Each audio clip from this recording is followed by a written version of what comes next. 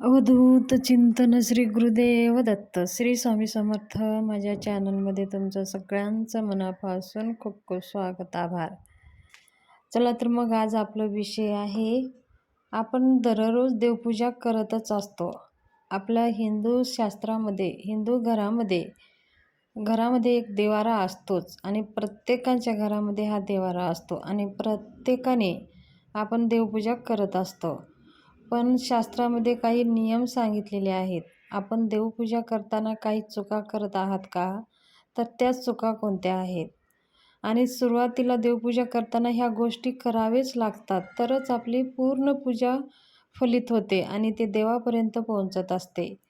देवघर म्हणजे हे देवाशी साक्षात कनेक्ट, आपल्या घराशी आणि देवाशी संबंध असतं. म्हणून देवघर घरामध्ये असायलाच हवा. देवघर ठेवण्याची योग्य जागा आहे ईशान्य कोपरा. आपल्या घरामध्ये ईशान्य कोपरा असायलाच हवा. ईशान्य कोपऱ्यामध्येच देवघर आपल्याला ठेवायचं आहे आणि देवाशी आणि आपल्या देवघराशी सीधा त्यांचं कनेक्ट असतं. आणि ईशान्य कोपरा ही देवांची जागा आहे, म्हणून देवघर ही ईशान्य कोपऱ्यामध्येच असावं. बघा, आपण देवपूजा तर करतच असतो. देवपूजा करतो, आपण काय करतो, आपण एक तामण घेतो आणि पाणी घेतो, लगेच देव त्याच्यात ठेवतो आणि देवपूजा करायला सुरुवात करतो. पण हे चुकीचं आहे. आपण काय करायचं आहे, आधी आपल्याला सगळं काही देवपूजाला लागणारं साहित्य, पाणी, फूल, अगरबत्ती, धूप, दिवा, ह्या सगळ्या वस्तू, अष्टगंध, कुंकू, हळदी, ह्या सगळ्या गोष्टी आपल्याला जवळ ठेवून घ्यायचं आहे आणि बसायला एक आसन घ्यायचं आहे. मग आपल्याला पूजा करायला सुरुवात करायची आहे. पूजा करण्याच्या आधी आपल्याला आपलं देवाघरासमोरचं दिव्यामध्ये तूप किंवा तुम्ही तेल टाकू शकता किंवा तुम्ही तूप टाकू शकता. तो दिवा आपल्याला प्रज्वलित करायचा आहे. दिवा प्रज्वलित करूनच आपल्याला पूजेची सुरुवात करायची आहे. दिवा म्हणजे हे अग्नी आहे, अग्निदेवता आहे. अग्निदेवताच्या साहाय्याने आपण पूजा करत असतो. बघा, कितीही मोठे हवन करतो, पूजा करतो, तर आपण अग्नीतच ते मध्येच टाकत असतो. म्हणजे अग्निदेवता हे आपण जे काही देवाला देतो ते अग्नीच्या साहाय्याने देवापर्यंत पोहोचत असते. म्हणून अग्निदेवता हे साक्षी आपल्याला आहे. म्हणून या अग्निदेवताला साक्षी ठेवून आपल्याला देवपूजा करायची आहे. म्हणून आपल्याला अगोदर दिवा प्रज्वलित करून घ्यायचा आहे आणि धूप, अगरबत्ती लावून घ्यायचा आहे. दिवा आपल्याला पूजा सुरू करण्याच्या आधीच दिवा आणि अगरबत्ती लावूनच मग देवाची पूजा करायला सुरुवात करायची आहे. मग त्याच्यानंतर आपल्याला ताम्हण घ्यायचं आहे. ताम्हणामध्ये अगोदर गणपतीची मूर्ती ठेवायची, त्याच्यानंतर आपल्याला अन्नपूर्णा देवीची मूर्ती, मग स्वामींची मूर्ती, मग कुलदेवीचं टाक, जे काही बाकीचे देव आहेत त्या मूर्त्या सगळे काही आपल्या ताम्हणामध्ये घ्यायचं आहे. हळूहळू सगळे देव एकत्र झाल्याच्या नंतर प्रत्येक देवांचं नाव घेऊन, आता आपण गणपतीची मूर्ती आहे तर गणपतीचं मंत्र ओम गणगणपतये नमः म्हणून आपल्याला 5 वेळेस त्या देवावरती 5 पळी पाणी टाकायचं आहे. अन्नपूर्णा असेल तर अन्नपूर्णा देवये नमः म्हणून अन्नपूर्णा देवीच्या मूर्तीवरती 5 पळी पाणी टाकायचं आहे. कुलदेवीचं मंत्र, कोणती तुमची कुलदेवी आहे त्याचं मंत्र, बालकृष्ण मंत्र ओम नमो भगवते वासुदेवाय नमः, किंवा दुसरं मंत्र तुम्ही म्हणू शकता. भगवान बालकृष्णाच्या मूर्तीवरती ओम कृष्णाय नमः सुद्धा तुम्ही म्हणू शकता. असं म्हणून आपल्याला प्रत्येक देवाचे प्रत्येक मंत्र म्हणून 5-5 पळी प्रत्येक देवावर पळीनं पाणी आपल्याला अर्पण करायचं आहे. मग आपले सगळे देवावर स्नान झाल्यानंतर देवा उचलतो आणि असंच ठेवतो, पण हे सुद्धा चुकीचं आहे.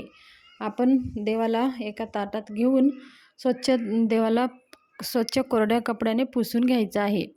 पुसून घेऊन मग त्यांना अत्तर लावायचं आहे. अत्तर लावूनच मग जागच्या जागी ठेवायचं आहे. त्याच्यानंतर अष्टगंध लावायचा आहे, हळदी, कुंकू, अक्षदा, फुलं अर्पण करायचं आहे.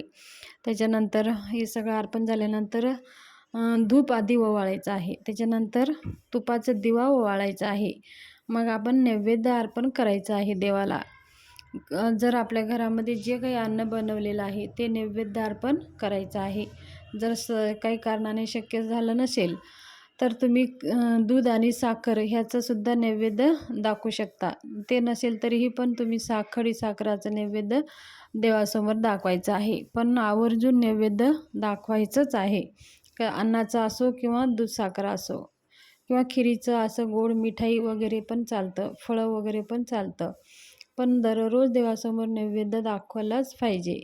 तेच नैवेद्य आपण प्रसाद म्हणून आपण घरच्या लोकांनी खायचं असतं. तर हे अशा प्रकारे आपण पूजा करण्याच्या आधी अगोदर दिवा आणि धूप लावूनच पूजा करायला सुरुवात करायची आहे. आता पूजा झाली, धूप वाळलं, नैवेद्य झालं, मग देवांची आपल्याला आरती करून घ्यायची आहे. एक गणपतीची आरती, एक कुलदेवीची आरती, एक स्वामींची आरती. त्यानंतर तुम्ही अजून म्हणू शकता, महादेवाची आरती म्हणू शकता, दत्त महाराजांची आरती म्हणू शकता, म्हणजे तुमच्या इच्छानुसार. त्याच्यानंतर मंत्रपुष्पांजली, त्याच्यानंतर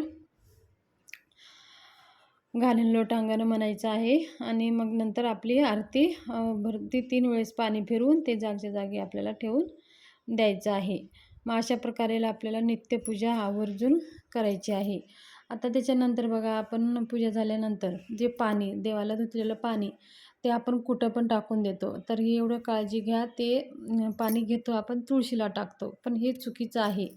देव धुतलेलं पाणी कधीही तुळशीला टाकू नये. फक्त भगवान श्रीहरीला अभिषेक केलेलंच पाणी देवीला, तुळशी मातेला चालतं. दुसऱ्या देवांचे अभिषेक केलेलं पाणी तुळशीला चालत नाही. म्हणून आपली तुळस सुकली जाते. म्हणजे तुळशीला फक्त भगवान श्रीहरीचंच अभिषेक केलेलं पाणी अर्पण करायचं आहे. मग त्याच्यानंतर ते जे पाणी आहे ना, दुसऱ्या झाडाला तुम्ही टाकू शकता. तुळशीला सोडून आपण कोणत्याही झाडाला ते पाणी अर्पण करायचं आहे. पण आपल्या पायाखाली येईल किंवा बेसिंगमध्ये असं देव धुतलेलं पाणी कधीही टाकायचं नाही. ते पाण्याचं पण खूप महत्त्व आहे. पाण्याचं जर आपण जर टाळाटाळ केली, कुठेही पाणी टाकलं तर त्याचं आपल्याला दोष लागतं. त्याचबरोबर बघा, रोज सकाळ संध्याकाळी देवासमोर आणि तुळशीसमोर एक तुपाचा दिवा आवर्जून लावायचा आहे. असं केल्याने आपल्या घरामध्ये सकारात्मकता राहते, घरात अखंड लक्ष्मी राहते, कधी धनाची कमी पडत नाही. म्हणून आपल्या घरामध्ये आणि देवघरामध्ये आणि तुळशी मातेजवळ एक तुपाचं एक दिवा लावायचा आहे. त्याचबरोबर ज्यावेळेस आपण दिवस मावळीचे म्हणजे प्रदोष वेळेमध्ये कधीही घरात झाडू मारू नये.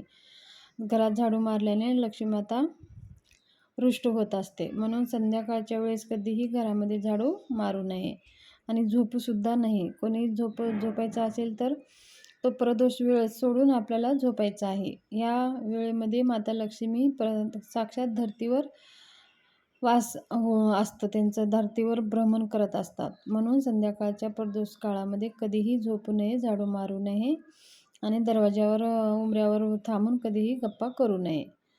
तर ह्या छोट्या छोट्या गोष्टी तुमच्याशी शेअर करायच्या होत्या. माहिती कशी वाटली? माझी माहिती जर तुम्हाला आवडली असेल तर चॅनलला सबस्क्राईब करा, शेअर करा, लाईक करा. धन्यवाद.